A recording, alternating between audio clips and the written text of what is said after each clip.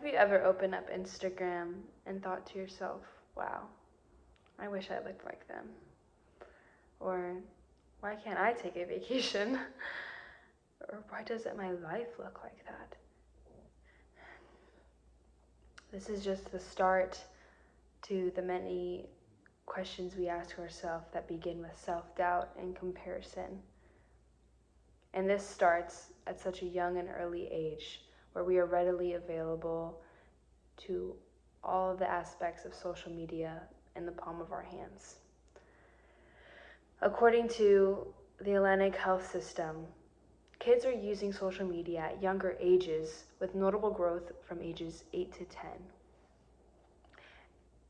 By 10, approximately 40% of children have a phone, and by 14, 91%. That is a huge amount of kids that have access to social media readily at such a vulnerable time in their lives, when they are trying to figure out who they are and where they belong and how to think about themselves. This begs the question, how soon is too soon for social media?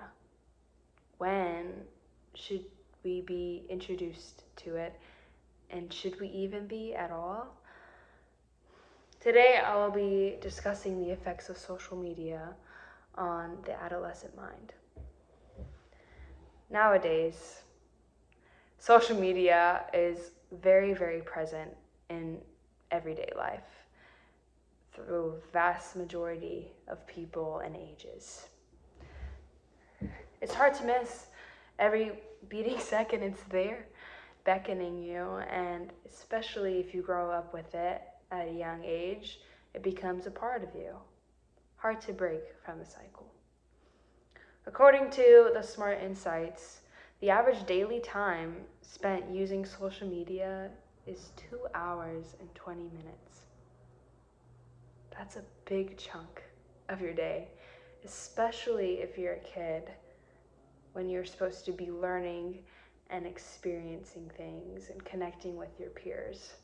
At such a developmental part in our lives, kids now are stuck on their phones, comparing themselves and thinking less of themselves, or wishing and hoping that their lives were one way when they most likely would be better off with their peers, instead of comparing to unrealistic values.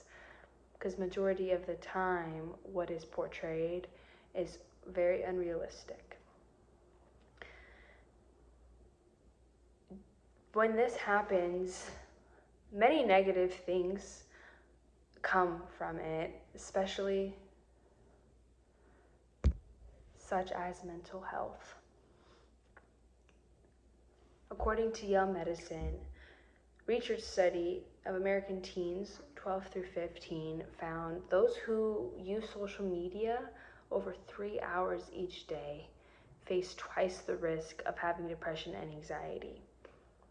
Now, I know the fact I said before is that the average daily time was 2 hours and 20 minutes, but personally, I know a multitude of people who use social media way more than 3 hours a day, which is what I just said, with the depression and anxiety being a factor of that.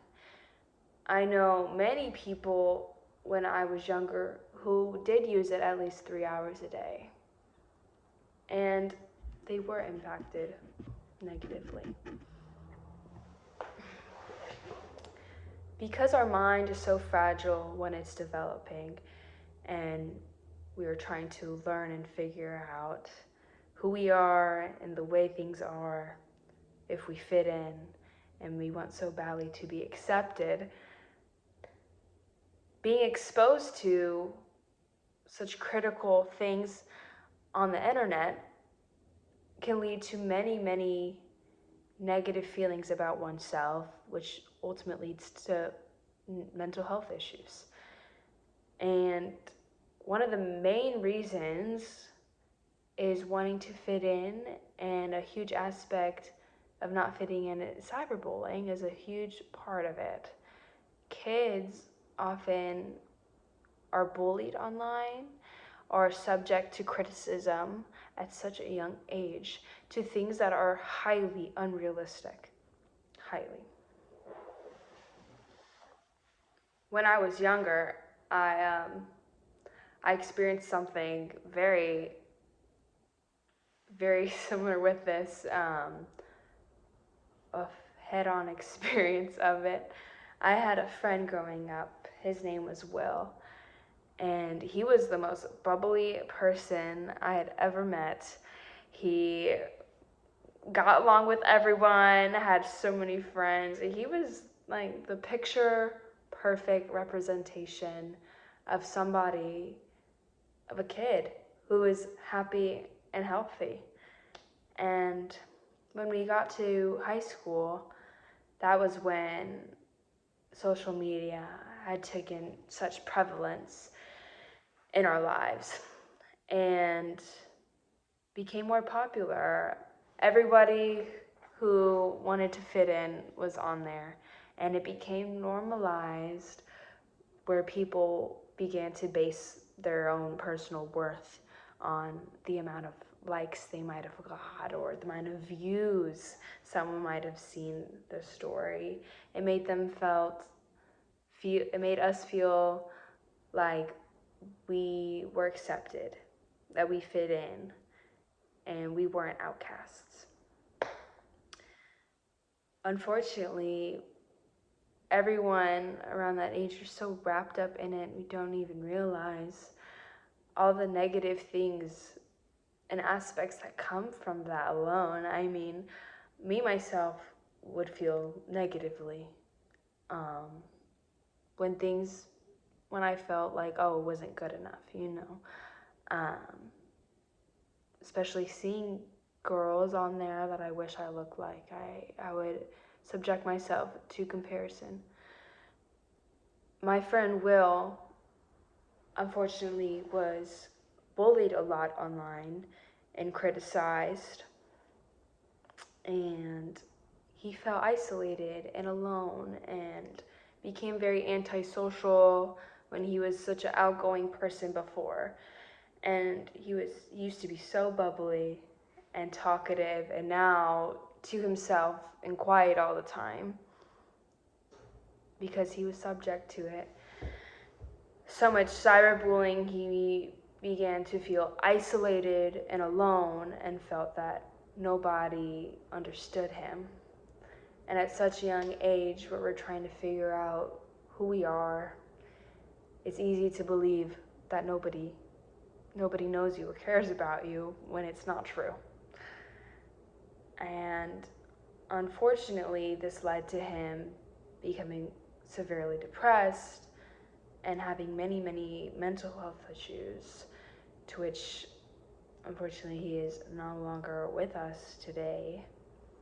And this is why I'm here to tell you guys about how severe and detrimentally grave the impact of social media is, especially on such a young, developing mind.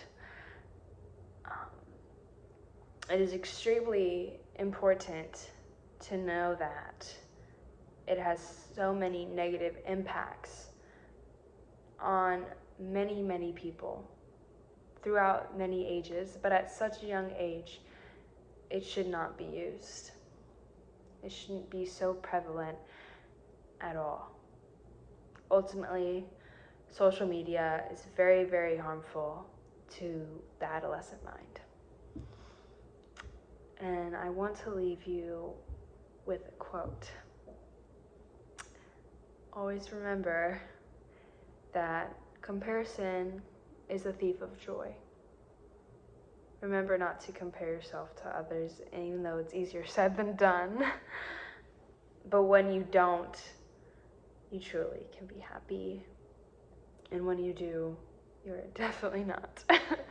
Thank you so much for listening to what I had to say today, and I hope you have a good rest of your day.